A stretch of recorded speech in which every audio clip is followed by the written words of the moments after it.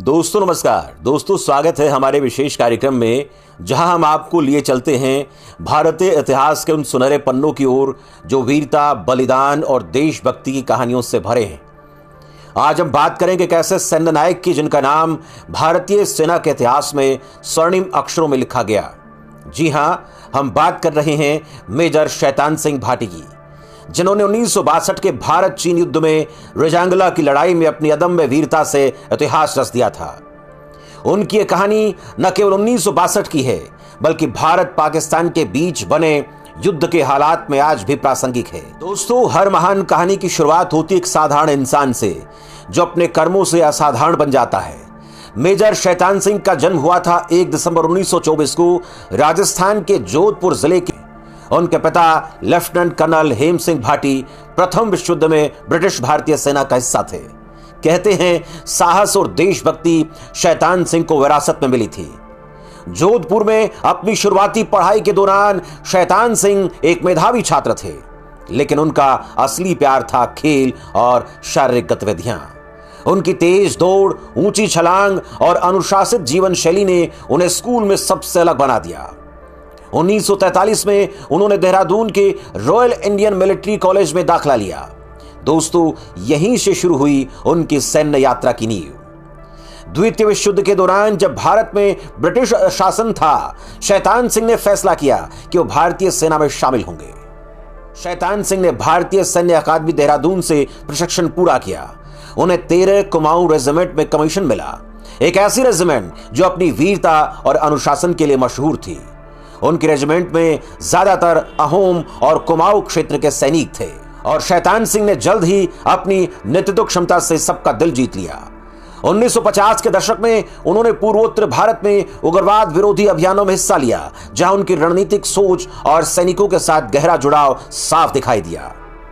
लेकिन दोस्तों, असली परीक्षा तो अभी बाकी थी। आइए हम आपको लिए चलते हैं 1962 के उस दौर में, जब भारत और चीन के बीच तनाव अपने चरम पर था और मेजर शैतान सिंह को मिला था एक ऐसा मिशन जो उनकी जिंदगी का सबसे बड़ा इम्तिहान बनने वाला था। 1962 का युद्ध, रेजांगला, जिसका महत्व बहुत ज्यादा है। दोस्तों, साल 1962 भारत पाकिस्तान के बीच 1947-48 का युद्ध और तनाव पहले से ही देश की सैन्य रणनीति को प्रभावित कर रहे थे। लेकिन इस बार चुनौती आई थी पूर्वी मोर्चे से, यानी चीन से। अक्साई चीन और अरुणाचल प्रदेश पर चीन के दावे ने सीमा विवाद को हवा दी, और अक्टूबर 1962 में चीन ने भारत पर बड़े पैमाने पर हमला बोल दिया। इस युद्ध में लद्दाख का चुशूल सेक्टर बेहद अहम था, और चुशूल सेक्टर का दिल था रेजांगला। रेजांगला दोस्तों 16,000 फीट की ऊंचाई पर बसा एक ऐसा दर्रा था। बर्फीले पहाड़, -20 डिग्री का तापमान और ऑक्सीजन की कमी। यहां जिंदगी मुश्किल थी और जंग लड़ना तो और भी कठिन था। लेकिन अगर चीनी सेना रेजांगला पर कब्जा कर लेती तो चुशूल हवाई पट्टी और ले उसके हाथों में चला जाता। इसलिए 13 कुमाऊं रेजिमेंट की चार्ली कंपनी को रेजांगला की रक्षा का जिम्मा सौंप दिया जाता है, और इस कंपनी के कमांडर थे मेजर शैतान सिंह। लेकिन दोस्तों, हालात बिल्कुल भी आसान नहीं थे। बहुत कठिन परिस्थितियां थी। भारतीय सेना के पास न तो पर्याप्त हथियार थे, न गर्म कपड़े थे और न ही रसद सामग्री। चार्ली कंपनी के पास सिर्फ 120 सैनिक थे, पुरानी 303 राइफलें, कुछ लाइट मशीन गन और सीमित गोला बारूद। दूसरी तरफ चीनी सेना के पास थी आधुनिक राइफल, भारी तोपखाना और हजारों सैनिक। लेकिन मेजर शैतान सिंह ने हार नहीं मानी। उन्होंने अपनी कंपनी को 3 प्लाटून में बांटा और रेजांगला की चोटियों पर रणनीतिक चौकियां बनाई। उनकी रणनीति थी, दुश्मन को पास आने दो और फिर पूरी ताकत से हमला करो। रेजांगला की लड़ाई 18 नवंबर 1962। अब आपको बताते हैं उस ऐतिहासिक दिन पर, यानी 18 नवंबर 1962 को क्या हुआ था। सुबह के 5 बजे जब बर्फीली हवाएं रेजांगला को चीर रही थीं, चीनी सेना ने लगभग 3,000 सैनिकों के साथ हमला बोल दिया। भारी गोलीबारी और तोपखाने के साथ चीनी सैनिक भारतीय चौकियों की ओर बढ़ रहे थे। लेकिन मेजर शैतान सिंह ने अपने सैनिकों को शांत रहने का आदेश दिया। उनकी आवाज में वो जादू था जो सैनिकों में जोश भर देता था। जब चीनी सैनिक भारतीय चौकियों के करीब आए तो चार्ली कंपनी ने जवाबी हमला बोल दिया। दोस्तों, यह कोई साधारण लड़ाई नहीं थी। भारतीय सैनिकों ने अपनी पुरानी राइफलों और मशीन गनों से सैकड़ों चीनी सैनिकों को ढेर कर दिया। पहले हमले में चीनी सेना को इतना नुकसान हुआ कि वो इस दौरान पीछे हट गई। लेकिन दोस्तों, ये तो बस एक शुरुआत थी।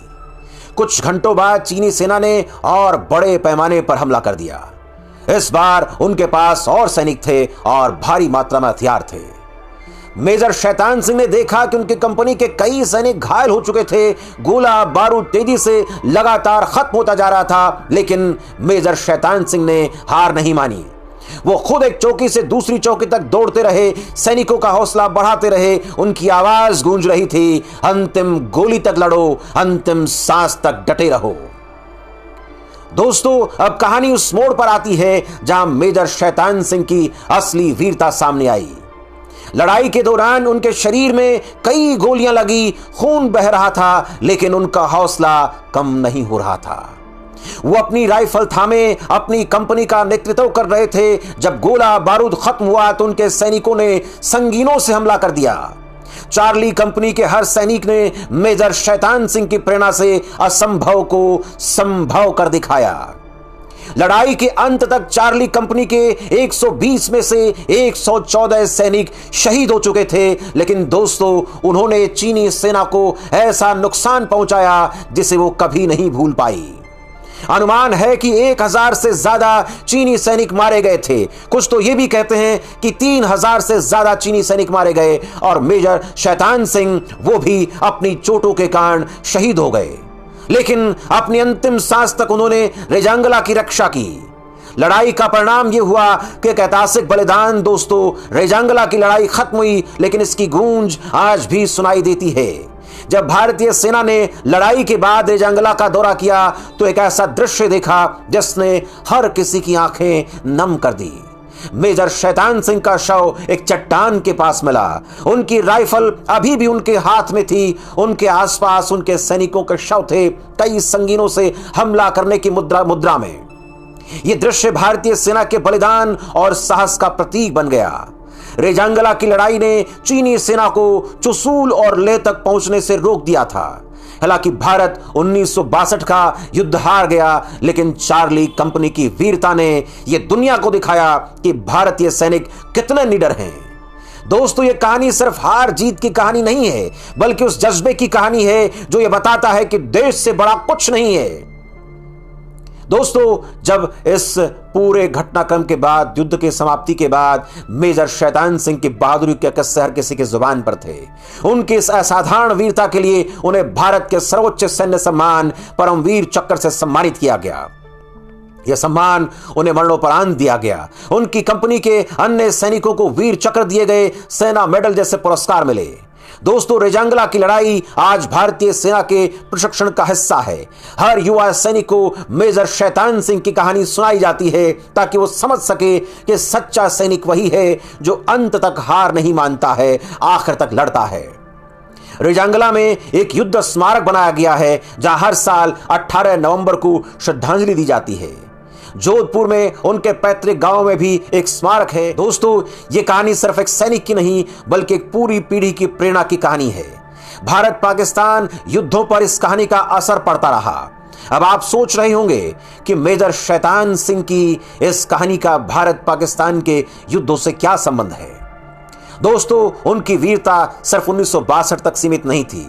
1965 के भारत पाकिस्तान युद्ध में जब भारतीय सेना ने असल उत्तर सियालकोट और कच्छ के रण में दिया तो पाकिस्तानी सेना को पस्त कर दिया।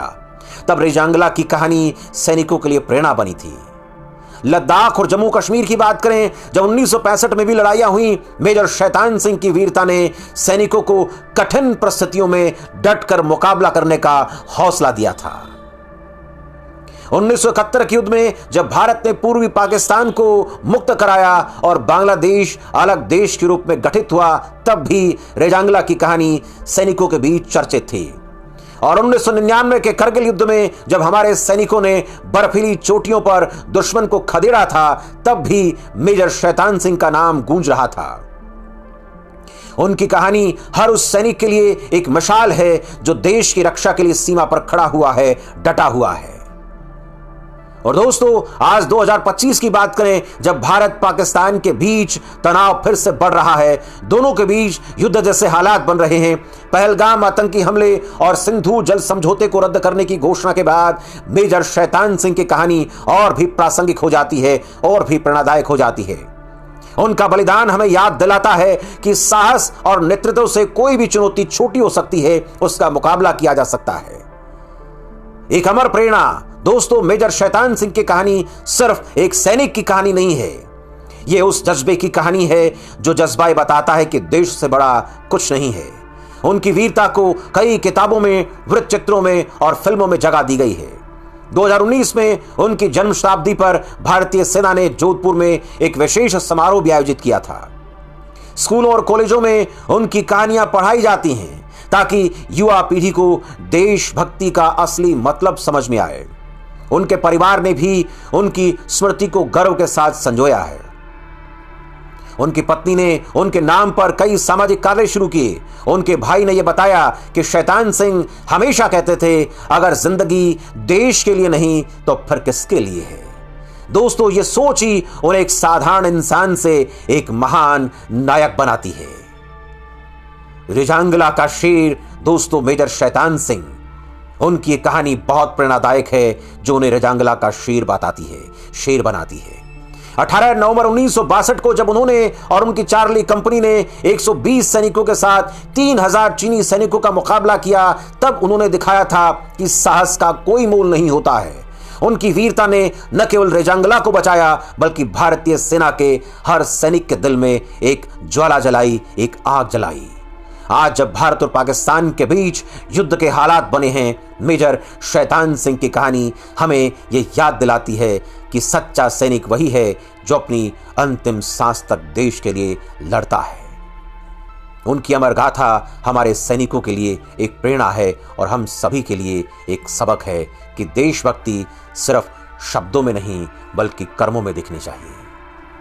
तो दोस्तों, मेजर शैतान सिंह की यह कहानी आपको कैसी लगी कमेंट सेक्शन में बताएं। बात ठीक लगी हो, कहानी अच्छी लगी हो तो वीडियो को लाइक करें, शेयर करें, चैनल को सब्सक्राइब करें। मेजर शैतान सिंह को हमारा सलाम, उनके बलिदान को प्रणाम। हमारी सेना के हर जवान को हमारा सम्मान जो आज भी सीमाओं पर हमारी रक्षा कर रहे हैं। इस कहानी को सुनने के लिए आप सभी का धन्यवाद। हम फिर मिलेंगे एक और नई प्रेरणादायक कहानी के साथ। तब तक जय हिंद, जय भारत।